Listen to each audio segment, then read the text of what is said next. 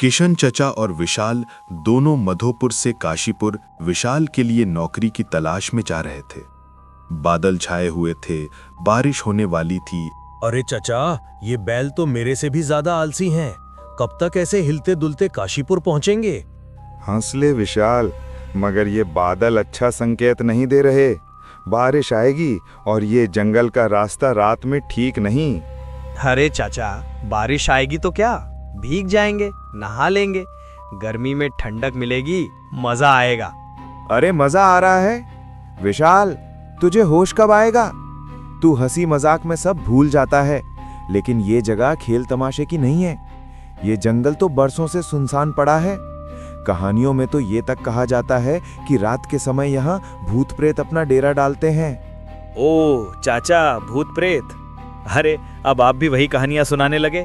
बिल्कुल गांव की बूढ़ी अम्मा जैसी बातें कर रहे हो आप। वो भी तो हर मोड़ पर भूत दिखा देती हैं, कभी पीपल के पेड़ पर, कभी सुनसान कुएं के पास। सच कहूं तो आपकी बातें सुनकर मुझे डर से ज्यादा हंसी आ रही है। तभी बिजली जोर से गरजने लगती है। दोनों ऊपर की ओर देखने लगते हैं। चाचा, ये बादल तो ऐसे लग रहे हैं जैसे कोई बड़ा तूफान ला रहे हों। कहीं हम फंस न जाएं। मैंने तुझे पहले ही कहा था ना, जल्दी निकलना था। पर नहीं, तुझे तो बातें बनाने से ही फुर्सत नहीं मिलती। अब देख, ये बैल भी बार बार रुक रुक कर चल रहे हैं, जैसे इन्हें भी रास्ता अच्छा ना लग रहा हो। बारिश होने से पहले हमें कहीं रुकने की जगह देखनी होगी। अरे चचा, अभी आपने जिस जगह का नाम लिया था वही शायद हमारे सामने है। देखो ना, उस ओर से हल्की हल्की रोशनी झिलमिला रही है। लगता है कोई इमारत है। और गौर से देखो, ऊपर बोर्ड पर कुछ लिखा भी दिख रहा है। हाँ, वही होगा, माधोपुर स्कूल। चलो क्यों ना वहीं चलते हैं। जंगल के बीच में स्कूल, ये तो वाकई अजीब है। कोई गांव बस्ती तो आसपास नहीं दिख रही, चारों तरफ बस घना जंगल। तभी अचानक एकदम से बारिश शुरू हो जाती है। चाचा, इतनी तेज बारिश में अगर हम जंगल में ही भटकते रहे तो और मुसीबत होगी। देखिए, रास्ता पूरा कीचड़ हो गया है। उससे अच्छा है कि हम उस स्कूल के अंदर चले जाएं। कम से कम छत तो मिलेगी। और ये आपकी भूत प्रेत वाली कहानियों पर भरोसा करते रहे ना, तो ठंड और बारिश में यही बीमार पड़ जाएंगे। वो दोनों स्कूल की ओर जाने लगते हैं। बाहर से देखने में स्कूल बहुत ही भयानक लग रहा था, पर बारिश इतनी तेज थी कि उन दोनों के पास वहां रुकने के अलावा कोई और रास्ता नहीं था। बैलगाड़ी से उतरकर वो दोनों स्कूल के अंदर जाने लगते हैं। विशाल, एक बार फिर से सोच ले, जंगल के बीचों बीच स्कूल, ये बात गले नहीं उतर रही। देखना, आसपास कोई गांव है, ना बच्चों की आवाज, ना ही कोई और इंसान, बस अंधेरा, पेड़ों की सरसराहट और ये अचानक बरसात। मुझे तो बहुत अजीब लग रहा है। चाचा, आप तो हर वक्त बस शंका ही करते रहते हो। कभी कहते हो जंगल ठीक नहीं, कभी कहते हो रास्ता मनहूस है। अरे इन पुरानी कहानियों ने आपको इतना डरपोक बना दिया है कि हर चीज में भूत दिखाई देता है। जरा सोचो, इतनी तेज बारिश में अगर हमें ये स्कूल ना मिला होता तो हम कहाँ जाते? कम से कम छत तो है हमारे सिर पे, और आप हैं कि मिलने वाली राहत में भी सिर्फ शक ही ढूंढ रहे हो। वो स्कूल के अंदर आ जाते हैं, जहां पर कुछ बच्चे नीचे बैठे थे और स्कूल के प्रोफेसर वर्मा उन बच्चों को पढ़ा रहे थे। अरे इतनी रात को मेहमान, बाहर तो तेज बरसात हो रही है। जंगल में रुकना सही नहीं है, अंदर आ जाओ। स्कूल की दीवारें तुम्हें बारिश और ठंड से बचा लेंगी। वैसे भी जो यहाँ आता है खाली हाथ कभी नहीं जाता। धन्यवाद प्रोफेसर वर्मा, सच में आप तो हमारे लिए देवदूत बनकर आए हैं। इतनी घनी बारिश, अंधेरा और ये सुनसान जंगल, मैं तो सोच रहा था कि अब रात कैसे कटेगी, पर आपकी ये दयालुता हमें हिम्मत दे रही है। चचा, देखिए ना, इंसानियत आज भी जिंदा है, वरना भला कौन इतनी रात को अजनबियों को अपने स्कूल में जगह देता। धन्यवाद। अरे बेटा, धन्यवाद किस बात का, ये तो मेरा ही कर्तव्य है। ये स्कूल हमेशा से मेहमानों के लिए खुला है। तुम जैसे मुसाफिर तो अक्सर ही यहाँ आ जाते हैं, बारिश में, अंधेरे में, रास्ता भटक कर, या शायद रास्ता ढूंढते ढूंढते खुद यहाँ पहुँच जाते हैं। वो सारे लोग स्कूल के अंदर वाले कमरे में आ जाते हैं, जहां पर प्रोफेसर वर्मा और किशन चचा पलंग पर बैठ जाते हैं और विशाल बच्चों के साथ हंसी मजाक करने लगता है। अरे विशाल अंकल, आपको डर नहीं लगता क्या इतनी रात को इस सुनसान जंगल में और अब इस पुराने स्कूल में बैठे हुए? बिल्कुल भी डर नहीं लगता। अरे पगले, डर नाम की चीज तो मैं सुबह के नाश्ते के साथ खा जाता हूँ। बड़े बड़े पहलवान तक कांपते हैं मेरे सामने। डर तो खुद मुझे देख के छुप जाता है। और तेरे विशाल अंकल तो ऐसे हैं कि भूत भी सामने आ जाए तो पहले विशाल से पूछेगा, भाई साहब यहाँ बैठने की जगह है क्या? आपको बिल्कुल डर नहीं लगता क्या? इतनी रात को बाहर आंधी, बारिश, बिजली की कड़क और ये सुनसान स्कूल। हम बच्चों को तो जरा सी आवाज पर डर लग जाता है, लेकिन आप तो हंसते खेलते रहते हैं। क्या आप कभी सच में डरते ही नहीं, या फिर हमें हिम्मत दिलाने के लिए बस दिखावा करते हैं? अरे बेटा, डर नाम की चीज तो मैंने कब की जेब से निकाल कर फेंक दी। बचपन से ही गांव के शेर जैसा रहा हूं मैं। रात के अंधेरे में लोग खिड़की दरवाजा बंद कर लेते थे और मैं अकेला खेत में निकल जाता था। कई बार तो जंगली कुत्ते तक मेरा रास्ता देखकर पलट गए।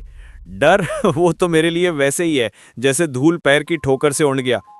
अच्छा, तो तुम इतने हिम्मत वाले हो विशाल।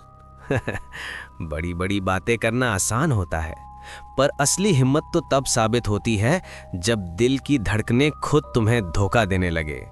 चलो आज मैं सबको एक कहानी सुनाता हूँ, फिर देखेंगे ये तुम्हारी हिम्मत कितनी देर तक साथ देती है। बेटा, इस स्कूल की पुरानी दीवारों में बहुत राज छिपे हैं। कहते हैं कई साल पहले एक पूरी क्लास अचानक ऐसे गायब हो गई जैसे हवा में घुल गई हो। पर अजीब बात यह है, उनकी आवाजें अब भी रात में सुनाई देती हैं। पता नहीं ये सच है या बस लोगों का वहम। अरे प्रोफेसर वर्मा, आपकी कहानी सुनकर तो लग रहा है जैसे आप भी उसी गायब हुई क्लास के हेडमास्टर थे। इतनी पुरानी बातें सुनाकर हमें डराएंगे? हम तो गांव के रहने वाले हैं, यहाँ की हवा पानी से ज्यादा किसी चीज से नहीं डरते। ठीक है बेटा, तुम हंसी मजाक बनाते रहो। जब सामने आएगा तब असली ताकत का पता चल ही जाएगा। चलो बच्चों, अब तुम्हारा पढ़ाई का समय हो गया है। इन अंकल को सोने दो, हम चलते हैं। विशाल, तुझे कुछ अजीब नहीं लगता इन लोगों के बारे में? मुझे तो इनकी बातें ही कुछ ठीक नहीं लगती, और जिस तरह से हाव भाव बदलते हैं उसमें भी कुछ गड़बड़ है। जैसे ये सब वैसा नहीं है जैसा दिख रहे हैं। अरे चचा, फिर से शुरू हो गए। भूत कुछ नहीं होते। आपने देखा नहीं क्या कैसे वो बच्चे मेरे साथ खेल रहे थे? अगर भूत होते तो क्या ऐसे हंसते खेलते मेरे साथ समय बिताते? देखो विशाल, ये दुनिया हमेशा वैसी नहीं होती जैसी आंखों को दिखती है। कभी कभी इंसान को वही नजर आता है जो उसे देखना चाहिए।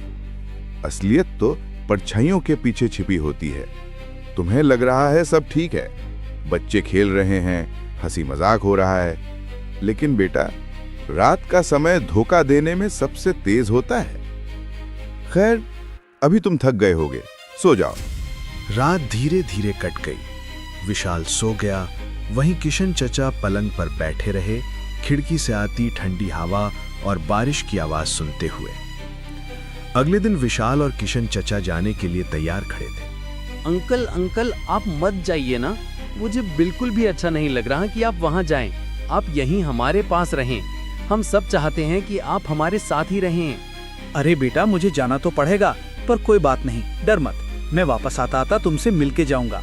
तब तक तुम यहीं पढ़ाई करो, अपने दोस्तों के साथ खेलो और अपनी पढ़ाई पर ध्यान दो। कोई बात नहीं बच्चों, अंकल को जाने दो, आप चिंता मत करो। ये अंकल अब हमारे पास ही रहेंगे। चाहे वे खुद को दूर समझे या समय उन्हें यहाँ लाने में देर करे, फिर भी वे हमेशा यहीं आएंगे। बस तुम लोग शांत रहो, अपनी पढ़ाई पर ध्यान दो और कोई फिक्र मत करो। किशन और विशाल बैलगाड़ी पर बैठते हैं और काशीपुर की ओर बढ़ने लगते हैं। अरे विशाल, तुमने प्रोफेसर वर्मा की वो बात सुनी? उसने जो अंदाज अपनाया था, मुझे तो उसकी आंखों में एक अजीब सी चमक दिखी, जैसे अंदर से वो बहुत खुश है और कुछ छुपा रहा हो। सच में उसकी ये खुशी और वो रहस्यमय हाव भाव, कुछ तो गड़बड़ है। हाँ चचा, उसकी ये बात मैंने भी ध्यान से सुनी। भला मैं उनके साथ क्यों रहूं?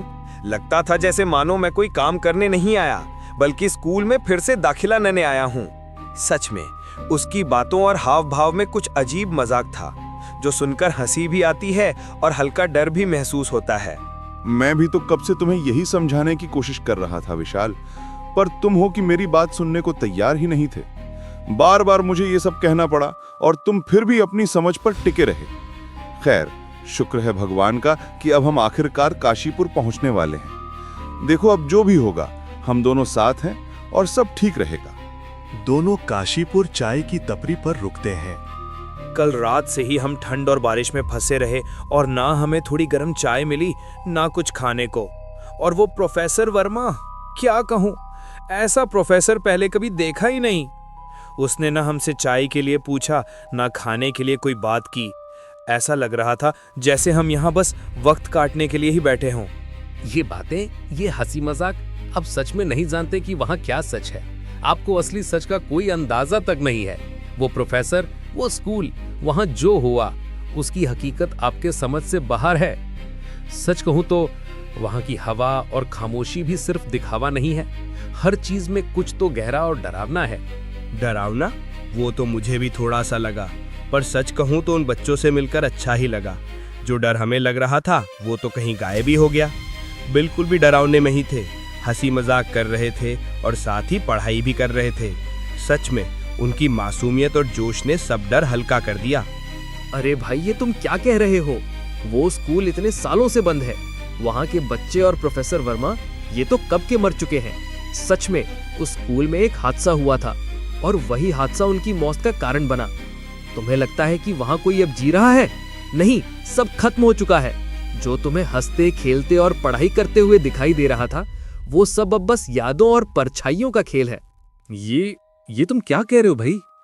हम तो पूरी रात वहीं थे, उन बच्चों के साथ खेले, बातें की, हंसी मजाक किया। प्रोफेसर वर्मा से भी मुलाकात हुई। उन्होंने तो हमें बड़े अपनेपन से समझाया था